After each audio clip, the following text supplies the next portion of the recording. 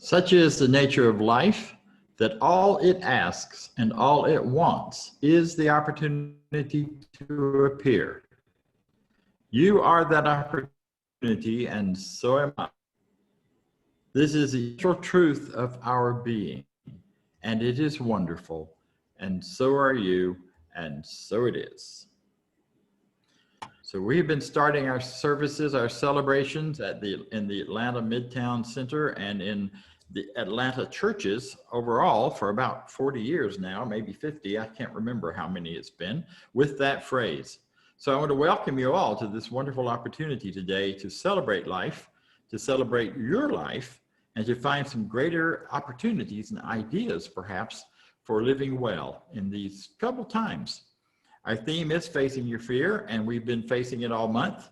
I guess the flip side of that theme has been faith, which we've also been doing all month as part of this play between the two of them. So whoever you are, wherever you are, whatever brought you to us, whatever ideas and whatever ethnicity or culture or belief system you have, you are welcome. You're welcome to be with us. You are not just welcome because we have some idea that about tolerance. Instead, we have an idea of celebration, of honoring and celebrating every person, regardless of who you are, and regardless of what you're doing and how your life is showing up. So welcome. Thank you for joining us. And we are a place that celebrates and that honors the positive and the good in all people and all things. We'll continue on by reminding you that we have a declaration of principles. Our center, its whole structure and vision is built around these basic principles. So I'm going to read those to you, and you'll see them on the screen. I invite you to read along if you'd like. I believe in one God, one absolute power, and first cause to all things. I believe that this power is perfect love, and it creates out of a desire to express love. I believe all thought is creative, and how I choose to think creates my personal experience. I believe in the unity of all life and the immortality of the individual soul forever unfolding. I believe in the eternal goodness, the eternal loving kindness, and the eternal givingness of God to all. And so it is.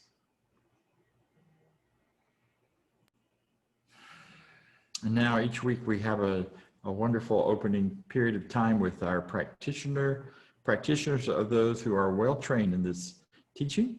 They are folks who know, who have demonstrated the use of the creative process in their own lives, the use of the ideas of spiritual law and spiritual truth and power and love.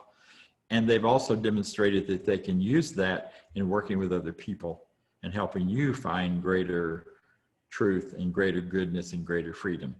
So today, one of our practitioners is joining us to share with you some pretty wonderful stuff, I think. Maya Fuller, who has been with us a while, and I'm very thrilled that she's with us today. Take it away, Maya.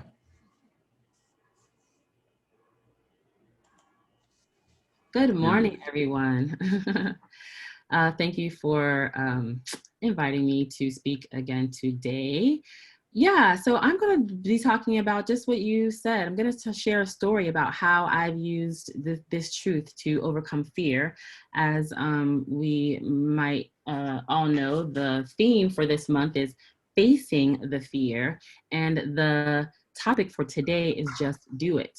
So I'm just going to share a personal story about how Science of Mind and the support I found here at this center helped me to face the fear that I had.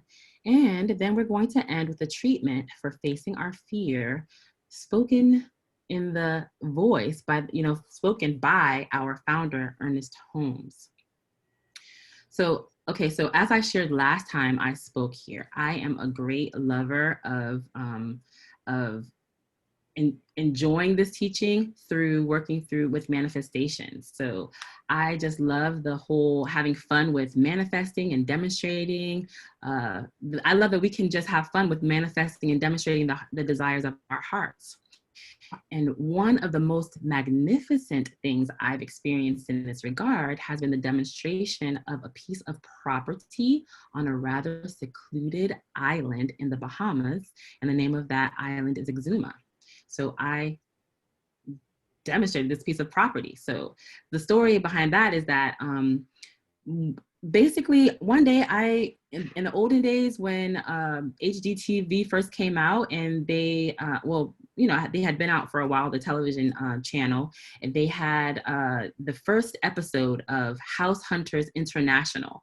And I think one of the first or second episodes of that was the fact that American had purchased property on an island. And I was just like, my eyes were open. I was like probably like in my 20s at the time. My eyes were open, like, oh my gosh, I can just go purchase a piece of island, property on the island. I've always said that I would always live in South Florida or the Caribbean after college. And I did for many years after college. And I was just like, wow. So what I did is I like made a little vision board. I got this calendar that had, all the island scenes, you've all seen those at the dollar store or whatever. And I put them across my bedroom, all around the top of my bedroom. And I was just like, I had that there for a long time, kind of just looking at like, oh, I'm going to have this island property. So one day, years later, we went on a family reunion. My family, my grandfather is from the Bahamas. We went to a family reunion, and we've been to family reunions over the years in the Bahamas. Okay. This time I had never been to Exuma, the island where my grandfather was born. So we went to the island, and while we were there, lo and behold, we found out after all these years that the entire family had received somewhat of an inheritance, miraculous inheritance. And guess what it was? It was of property, waterfront property. So, okay, demonstration works. Okay. Like just the tools that we use, imagination, demonstration, okay, fine, they work. So I used to have this, one of my first ministers, she used to say, yeah, you can demonstrate something, but can you keep it? She would always say that. Do you have the consciousness to keep it? So that is where my story of fear kind of comes in. So it's beautiful. The property was like, it cost, nothing, beautiful property. But the only caveat is that we had to improve upon the property, like make some improvement on it by like, either originally they said, you can, from the olden days, it was like you can plant some fruit-bearing trees, or you can at least build a wall, or at least build a foundation. My issue was that I had no money. I told you, like at the time I was still like probably in my maybe older 20s, but I was still in my 20s at the time. Probably was in my 20s at the time, or like early 30s. I was in my 30s at the time. And I didn't have money to be developing, some property on this outer island on the Bahamas. But, I was like, I'm still keeping my eye on the prize. We had 3 years in which to develop this, to put something on the property to develop it. I was like, okay, no problem. I've got this, God brought me too far to leave me. So I'm good. So 3 years passed, or time passed, almost 3 years passed. And guess what? I got the money. Of course I got the money, right? Because this is the principle. This is the teaching. Got the money. And then that's where the fear comes in. Oh, I thought I said that before, right? Okay, this is where the fear comes in. I got the money, so I should be fine, right? Well, there was a person who was like a gatekeeper in a way. He was a person who kind of granted us these properties. He was the one who, like, we had to, go through and sign stuff or whatever. And he somehow, I had the experience of him dragging his feet in terms of helping me get a contractor out there. I'd gone and visited the property so many times, even stayed in his house and, spent time with his wife. His wife and he and his wife even married. He's a minister, married my husband and I on the island.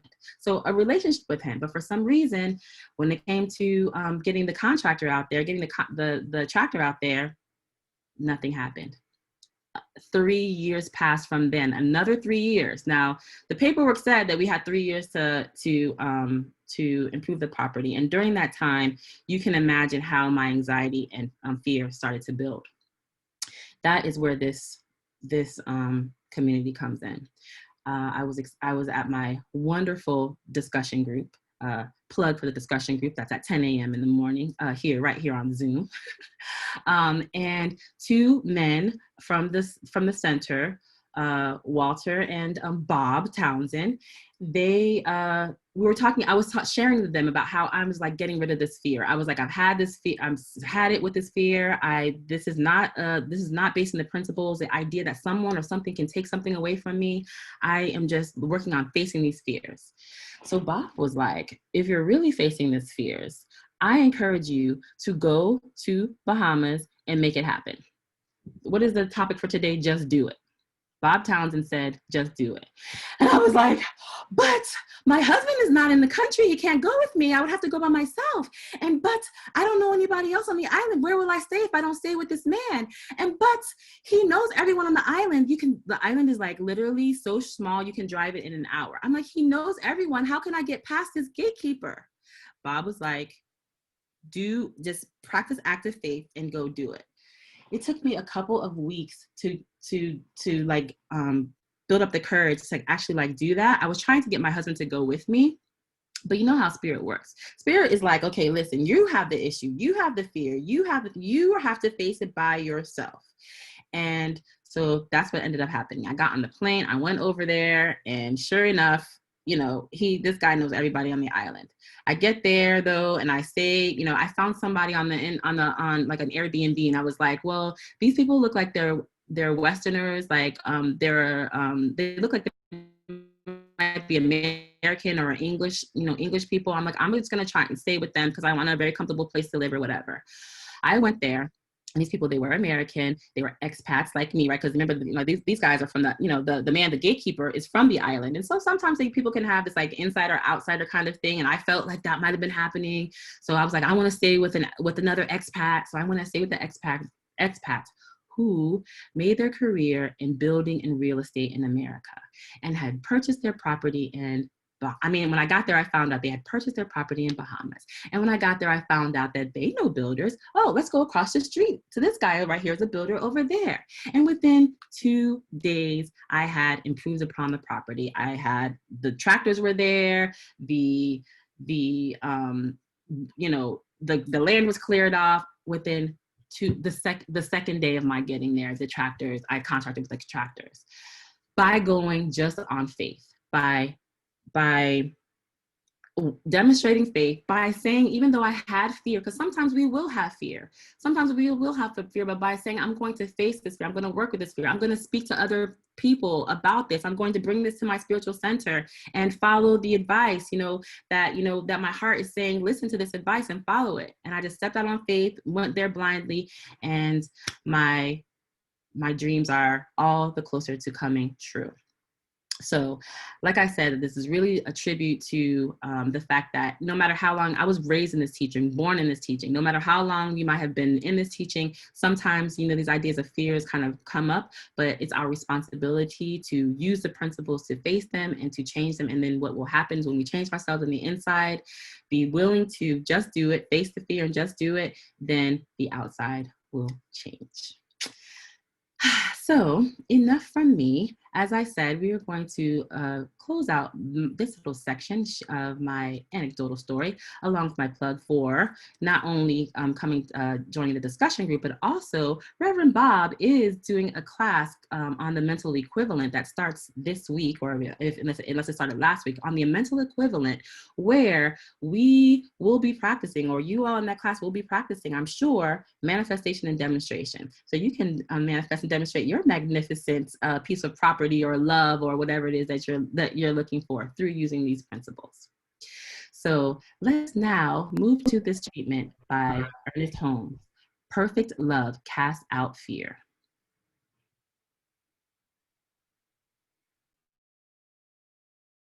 There is a golden key to right living, and that key is prayer, affirmative prayer.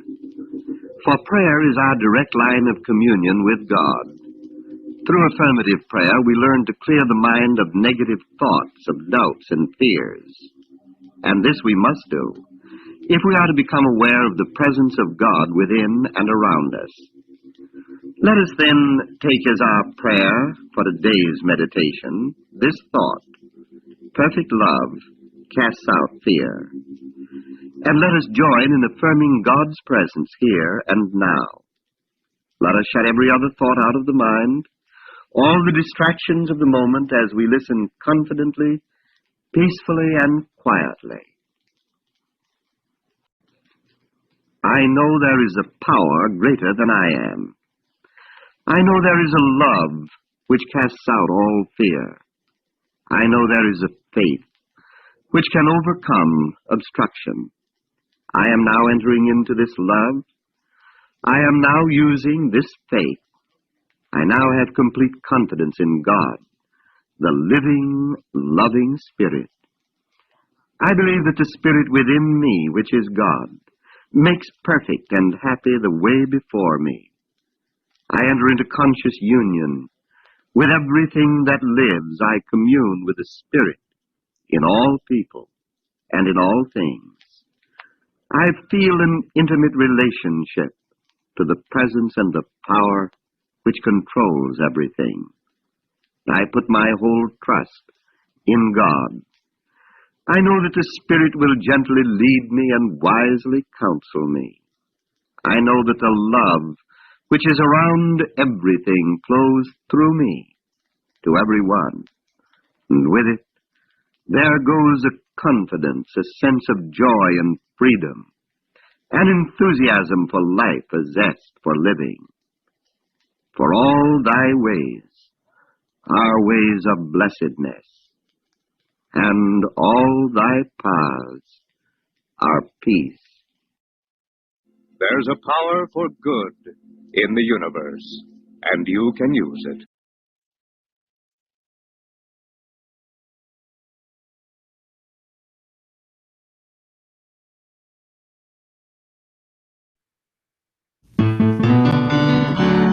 Though the road ahead may not be clear,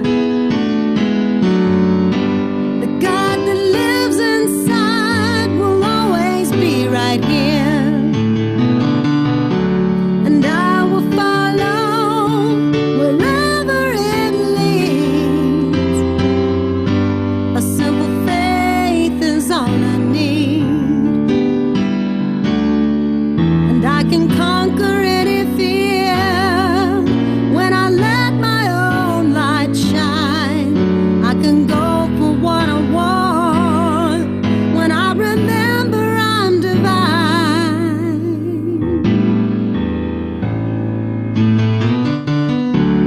I will look ahead with confidence, and I will take a step and jump down off my fence. 'Cause I have ears to hear and loving eyes to see. A simple faith is all I need. And I can conquer any fear when I let my own light shine. I can go for what I want when I remember I'm divine.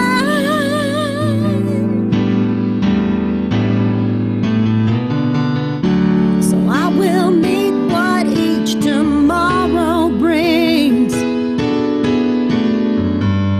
with a joyful heart that is ready now to sing. As my spirit guides, I'm gonna trust the lead. A simple faith is all I need.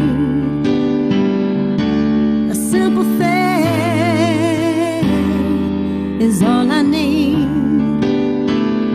Oh, a simple faith is all I need.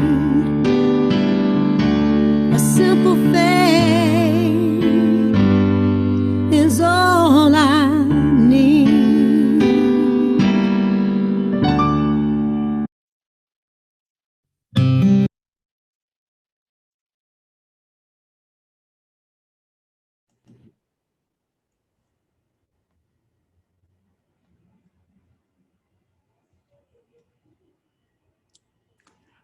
Hi there. Welcome. I'm so glad you're here. Thank you so much, Maya, for that wonderful story. You made my talk easy because you illustrated it perfectly. And I'm very grateful for that. Thank you so much. So about 10 years ago, a little over 10 years ago, there was a movie called Indiana Jones and the Last Crusade, hence the hat. Because I thought if I wear the hat, it looks goofy and you might actually remember this story. Because in this movie, Indiana Jones is on a quest for the Grail, and the Grail is on the other side, goes through all sorts of things. But in the clip that I found online, which I'm not going to show, but I invite you to take a look at it if you're into YouTube, it's called Indiana Jones and the Invisible Bridge. In this one little segment, Indiana Jones comes up on a place where he's got to get across this gap, which is really an abyss, and he looks down into it and you can't see the bottom, and there's no way to get across, but he has a map that he's been following all the way through that shows that he has to cross it to get to where the Grail is. And he's really excited about this. He's got people behind him who are in critical condition physically that he's got to go save by getting the Grail. And so he goes through, or he steps there, and from the look of the book, it's as if he just needs to step out. And so what he does is just that. He takes a deep breath, he holds his heart, and he steps out into the abyss. And as soon as he does, a bridge forms underneath his feet. And the bridge carries him across the abyss onto his next place. And it's a beautiful example of a leap of faith, because he clearly steps right out and jumps right in. So it's an example from fiction, but there's some interesting things about that story that I want to share with you a little further.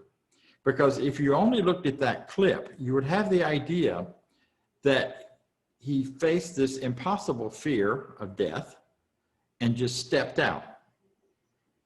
Blind faith. We hear a lot about blind faith. We hear people talk about just go forward in blind faith. But this wasn't blind faith any more than Maya's stepping out was blind faith. Because what it was up until that point in the movie, he had been through numerous obstacles, all of which the clues in the book he was carrying gave him ideas about what to do in each situation. And each time it played out and it showed itself to be reliable. It showed itself to be able to manage and face the fear that was going on and get to a better solution. So as he moved through that, when he got to the big one, walking up and stepping off into space, he already had experience. He already had built some confidence in this roadmap that he had. He already had some ideas working and going for him that he could trust. And so the step into faith was still a big one and still very scary. And that is so often true for us. And yet he had enough ideas already built up, enough confidence already built up, enough experience that it wasn't blind faith. It was faith based on what he already knew. And that's what we teach in this teaching. We don't ask you to use blind faith. We don't ask you to accept the things that we teach or that Spirit says or the way that spiritual law works, to just accept it on blind faith because we said so. One of the things I heard when I first came into this group or this teaching is that we don't ask you to check your brain at the door. We ask you to bring your brain in with you and check these things out and test these things out. We are a scientific approach to spirituality. So we approach this with the idea of scientifically, trial and error. Test your hypothesis. If you think there's a way through a certain fear, try it and see. Lean into it. Feel into it. And when you're not sure, you can also lean on those who've been there before and walk through ahead of you. And so it's a beautiful thing to be able to build on that and then go forward and step forward fully and completely. It's a really nice thing to know that you don't have to just pretend, and that true faith is that which you are absolutely confident about. You heard Ernest Holmes earlier in that spiritual mind treatment. It's always fun to listen to him. He was trained in elocution, and his speech and his talk is very elocutionist and very reminiscent of Maine, where he grew up, and all of that. So I want to also take us back to him, because he is the founder of this teaching that we work with, to the idea of what he says about faith. So Vance, if you'll show us this definition. Thank you. So here's what Ernest's faith is. Faith is a mental attitude which is so convinced of its own idea, which so completely accepts it, that any contradiction is unthinkable and impossible. Faith is a mental attitude. That's pretty amazing. It's not something outside of us. It's not something about having believed in a particular set of things. It is about a mental attitude that can be about anything. But it is about that which we are convinced is our truth about a certain thing. Maya was convinced it's at least go down there. It's better than not doing anything, and see what, and allow things to unfold accordingly. Indiana Jones stood there thinking, I might die, but I'm gonna step out anyway. We're all facing a lot of fear these days. And so it has become more important than ever to get clear in our own thinking about what are our mental attitudes that we can trust and count on. What are the mental attitudes that we can step forward on and into that are so clear and so certain for us that the idea of a contradiction just isn't there? Are there some of those ideas for you? Like, what do you believe in absolutely that strongly? I believe that my family has my back that strongly. There's no place for question or countering that. What about your belief in freedom? Do you believe your freedom is so much a part of your nature that there's nothing to contradict it ultimately? Even though our fears may come in and tell us to back off, or to not do this or not do that, if it's coming out of a sense of loss of freedom, it's going against our nature. What are the things that you know, and you know that you know, beyond all shadow of a doubt, that are yours and that you carry forward and you have to hold?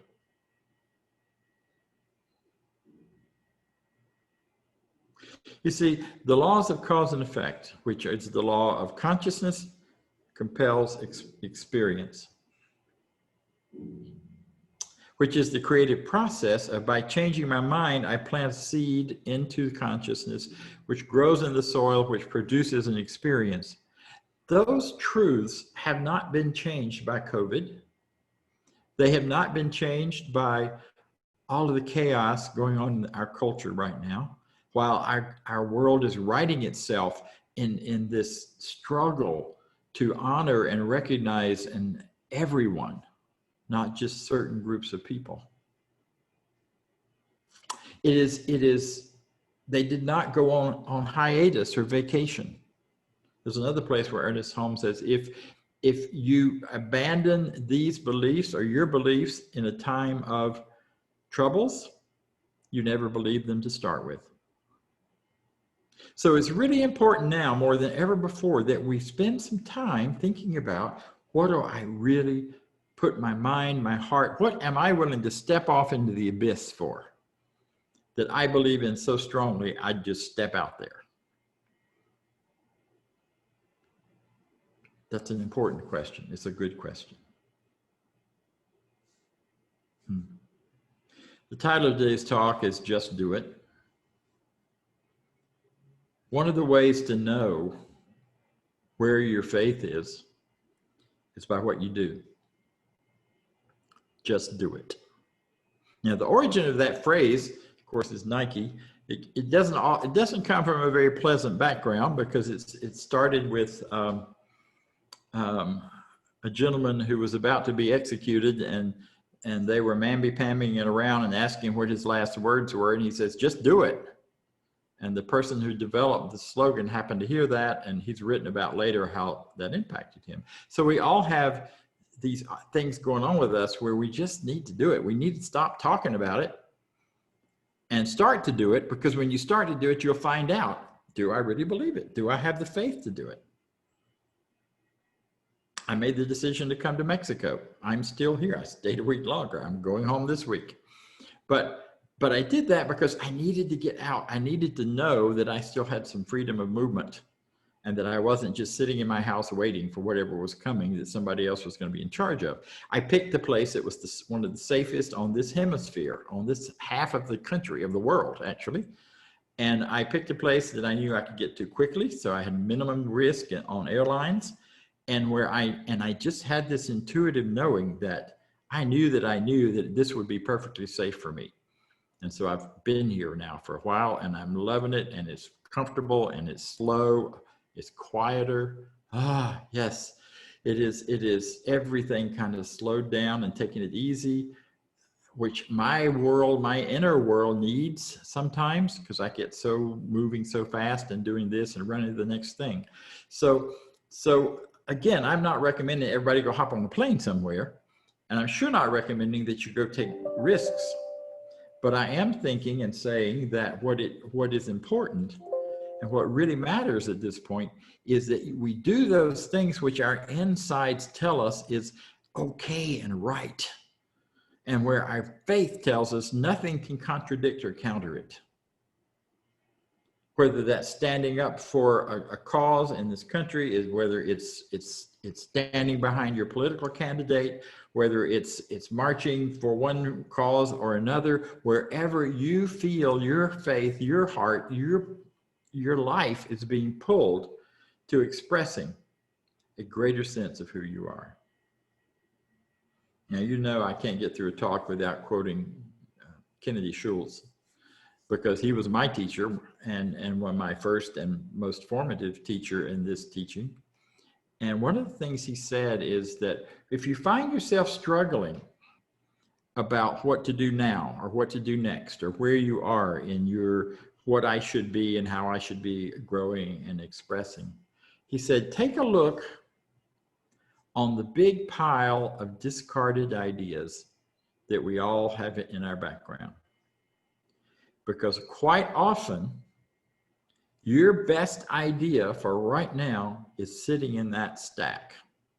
Something you were signed up for, something you believed in, something you wanted to do, and yet it just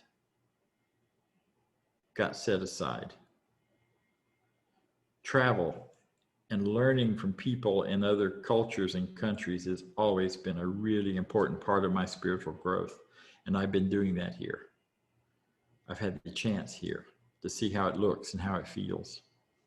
So whatever that is for you, not sure. Many people, maybe some of you, are going through major changes in terms of your careers, in terms of your jobs. People are losing jobs. People are losing income. There's all of that going on. But when you start facing that, look at the ideas you may have discarded from other times and see if that's a good idea for now, if that's a way to move forward. Or be open to something brand new that you hadn't even thought of. Because you see, the other part of this that's really important is that within each of us, we have the infinite power of life itself whispering to us, guiding us, offering ideas. We still have the freedom to say yes or no, and I'll participate, or I'm going to go this way, or I'm going to do it that way. However, that nudging, that availability is there within you. And for me, that means slowing down, getting quieter, and listening. So just do it. Whatever it is, just do it. If it's change how you're eating, just do it. Well, you know how it is with exercise programs. I have started more exercise programs than most of you have years of being alive. And I haven't always followed through on them. Most of the time I haven't. But they've all served me well when I did do them. And what I know about that is it doesn't do me any good to get up in the morning, have my coffee, and think about whether I'm going to work out. Because as soon as I think that, the answer is no. The coffee and the sitting on the couch is much more pleasant and much more enjoyable. However, if I don't think about it, if I have decided there is movement and exercise and activity, and I'm going to do it, and I'm not going to question it, I'm just going to do it. When I get up in the morning and I put my walking shoes on and out the door I go without even stopping to think, should I be doing this or will I be doing this? Then it works and I keep doing it. I've gotten back into all of that, doing that in the last month, because I'm in a place where I get to go outside and walk, and I'm walking on the beach, and I'm walking to the beach, and I'm walking back, and it's 1,000 degrees, so I'm sweating off a lot of pounds. So it's all good, but you can't stop and think about it. Shall we do this? Shall we do that? Let's have a conversation with ourselves about it. Just do it. That's the point. And you do it based on faith and knowledge of what that will get you, not or what you give to it as well as what you get from it. Not based on trying to force anything to happen. You don't stretch past what you believe in and what your faith tells you will be proper without contradiction. Unless you're ready to stretch a little bit and try it, test it, test the water, lean into your fear sometimes. We'll let you know it's nothing to be afraid of. So whichever way that goes, let yourself do it.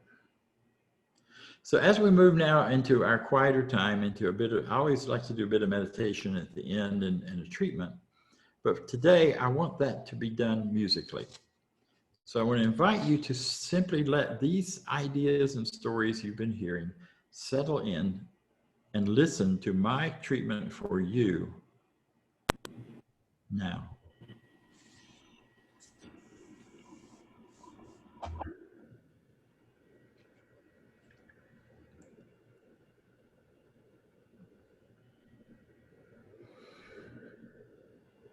So quietly going within, letting your mind be clear, opening to new ideas, new awareness of who and what you are.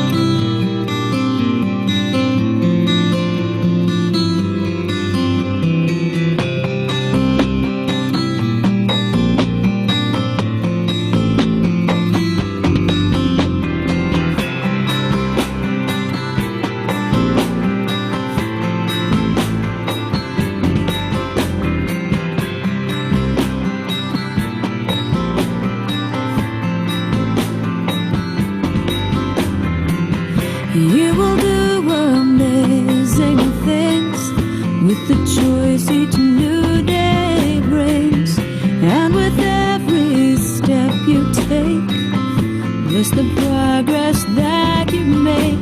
The reason you live is there in every gift you give. Love your life, love your dreams. You will do amazing things.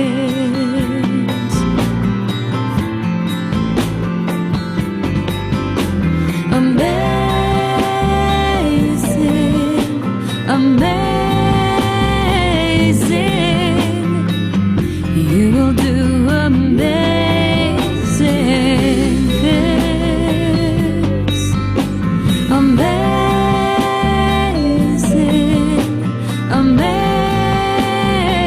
Amazing, you will do amazing things.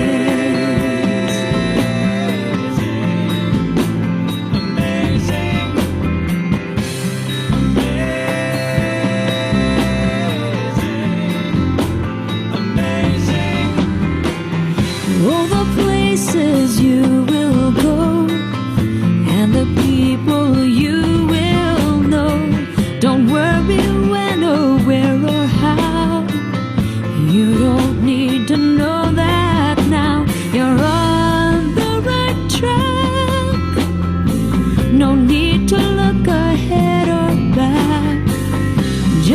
enjoy what this day brings. You will do amazing things. Amazing, amazing, amazing. You will do amazing things. Amazing, amazing. You will do amazing things. You don't have to work it out. Just stay in the here and now. Let your mind rest for a little while. Sometimes deepest answers come when you're out there having fun. So close your eyes and take a breath and smile.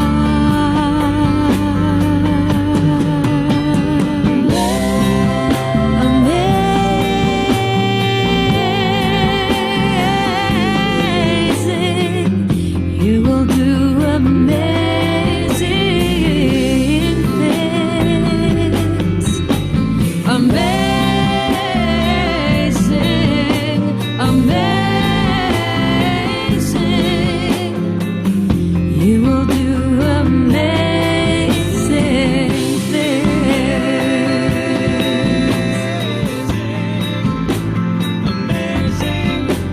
Amazing, amazing,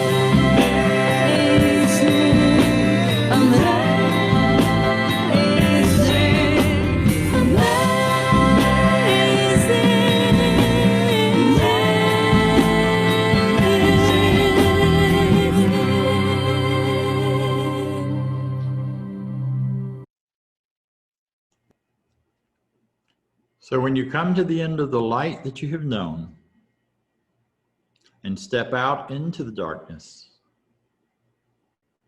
my faith will tell me either my feet will touch solid ground or I will fly. And so will you. And so it is. Thank you. So I'd like to say to everyone, thank you for being with us today. I'm going to turn it over now to our board member and IT guy who makes this all come together and work and keeps me somewhat out of trouble. It's best anybody can do that, to bring this forward on Sundays. So to tell us a little more about what's coming up and what's going on, Vance Blue will do that. Thank you, Vance. Thank you, Bob. What an amazing talk. It was a good celebration today. Glad you're all here. And those of you who are listening online later, it's a great, great message today. So I'm going to talk a little bit about our center. We've got great stuff going on. We're doing good things, and we appreciate all of you showing up on Sundays and contributing to keep this work going into the world. And we are getting out and distributing this information to a much broader audience than we were doing previously. So thank you for being here. I'm going to share this affirmation of prosperity. You can read it for yourself and know this together. I live in a universe of abundance. As I freely and joyfully give, I join in the divine flow, and all that I share with life returns to me multiplied abundantly. And so it is. And we go into our next slide, which is our affirm or announcement. So next month, our theme is Cosmic Connections.